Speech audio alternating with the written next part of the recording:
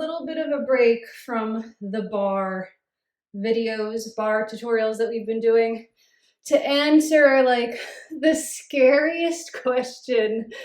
The question that nobody wants to answer, but I'm gonna do it anyway. Hi Salty, could you please do a video in slow motion, yikes, explaining how to do a gargouillade? Is it very similar to pas de chat or completely different? I've seen videos in which dancers basically perform it as a pas de chat, but more open and jumping higher. There is some overlap of pas de chat and gargouillade, but they don't feel the same. So if you approach a gargouillade expecting it to feel like a pas de chat, you're going to be in for a very rude awakening. They are similar in that most of the time you try to start from fifth, it goes from fifth to fifth. So they both have the goal of landing with both feet in fifth position at the same time. And they both have the goal of having both legs in the air going through the passe position simultaneously. So you do see a similar shape in the air at the peak of the jump, but those are probably the only things that they really have in common. So pas de chat usually starts from fifth, or you could do a little tombe coupé into a pas de chat. Gargouillade, also somewhat similar. You can start in fifth, or you can start from a little tombe, but a gargouillade has to start with a dégagé. So pas de chat, it just comes right up under you. You draw it up to passe, the other one gets drawn up to passe, both legs are in passe at the same time, and you try to land in fifth position at the same time. A little bit of a delay is okay, but the goal is to finish with both feet together.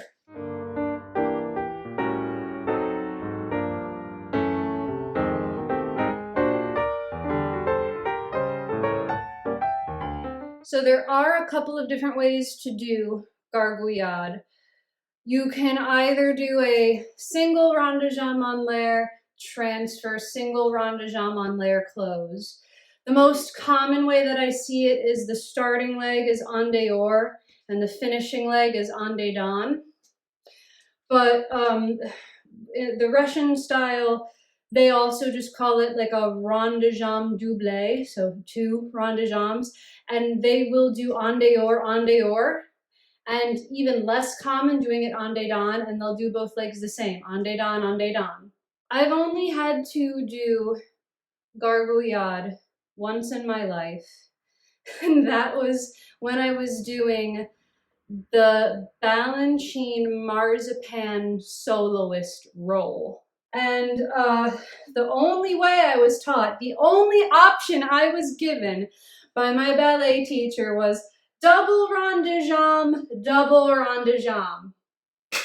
I feel like given that it is such an uncomfortable and awkward movement, you really just kind of like pick the version that works for you to have it look the most controlled and not so like chaotic. There is one very good slow motion clip out there of Vaganova Academy students performing gargouillade, although they kind of close with like a failli assemblée, which I guess is acceptable.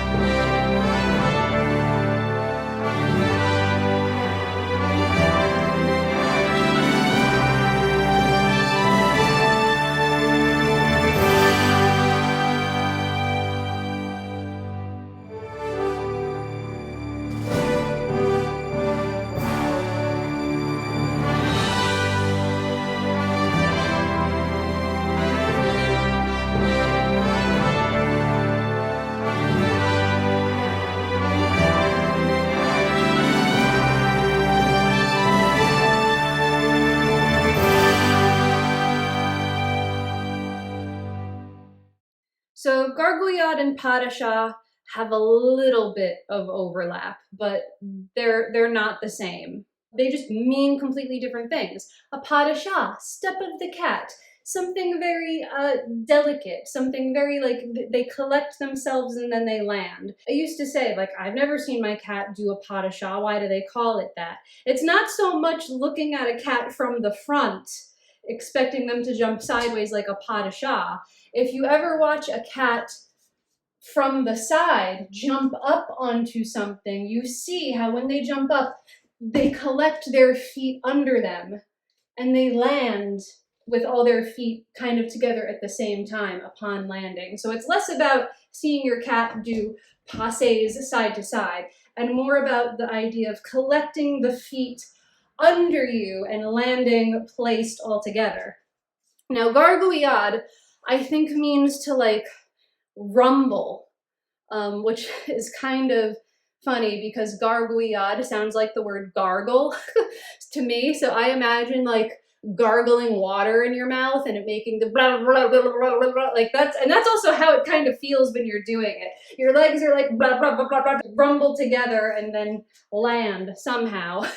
So my tips for you. Okay, so I have a bad back, jumping hurts, gargouillades especially really hurt my back. So I'm gonna save my energy for the end of the video to really try to demonstrate a couple of good ones. So for now, I'm going to stand and use the bar to help so I can like float in the air a little bit more. And then I'll try to do some for real, although it's been a while.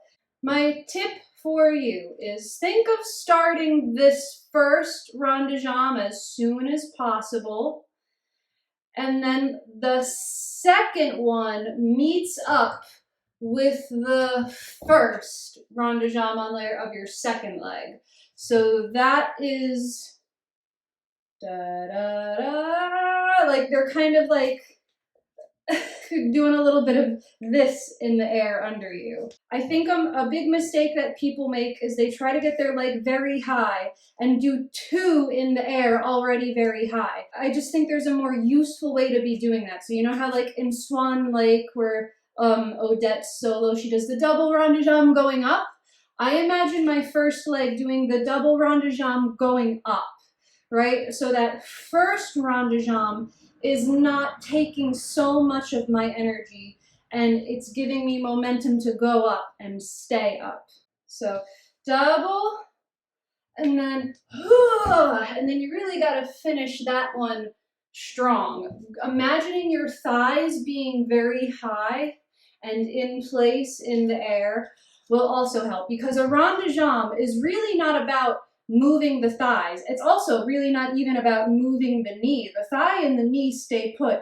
It's really the lower leg making the circle. So if you can imagine yourself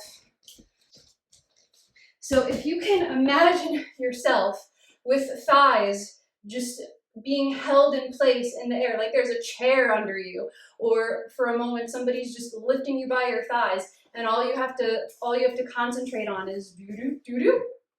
Yeah, the thighs almost feel like they're not part of it. You get them up, but then it's all about the feet and the lower legs making the circle. So I think to make your life easier, you should start with a tombe and a coupé dégagé into the first rond de jambe en l'air. I think that's how you get the most rebound energy from the floor. But you can also just try starting from fifth, but you do have to start with a dégagé. You have to send that leg out straight. You can't go into a rond de jambe en l'air from a bent knee. So we're pushing for number one. We're in the air getting ready for number two.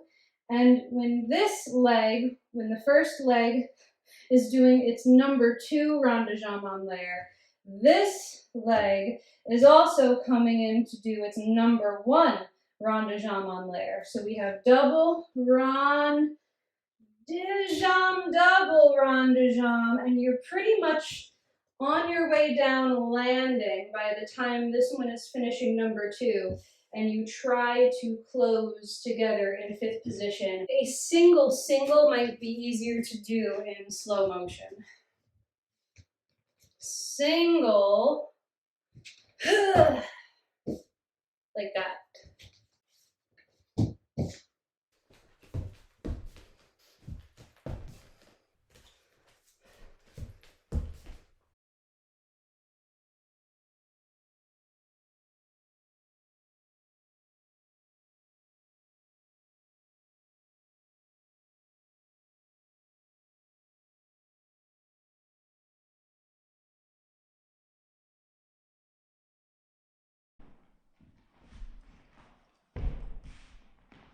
Do do do do do do, or maybe it was the next phrase. Do do do do do do do do do do do do do.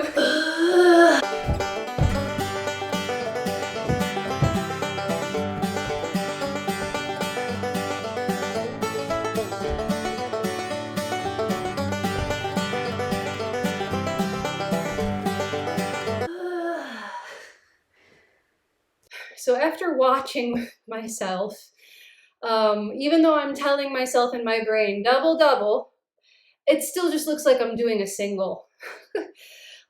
So I think maybe in your brain, trying to get the feeling of double, double is helpful because that will guarantee that you're focusing on bringing it in and getting that little like feet rumbling underneath you in time, rather than if you just tell yourself single, single. I feel like if you just focus on single, single, you're more likely to just leave your legs out. So I think single, single will do you a disservice. I think you should go into it with the urgency of thinking of two doubles, and that will at least guarantee that you get them in quickly and achieve the shape of a gargouillade. So this was a fun question, definitely challenging, definitely a little bit painful, but it was fun to do. I like to occasionally be challenged with breaking down something that is more complicated and also less common. Thanks so much for watching and stay salty.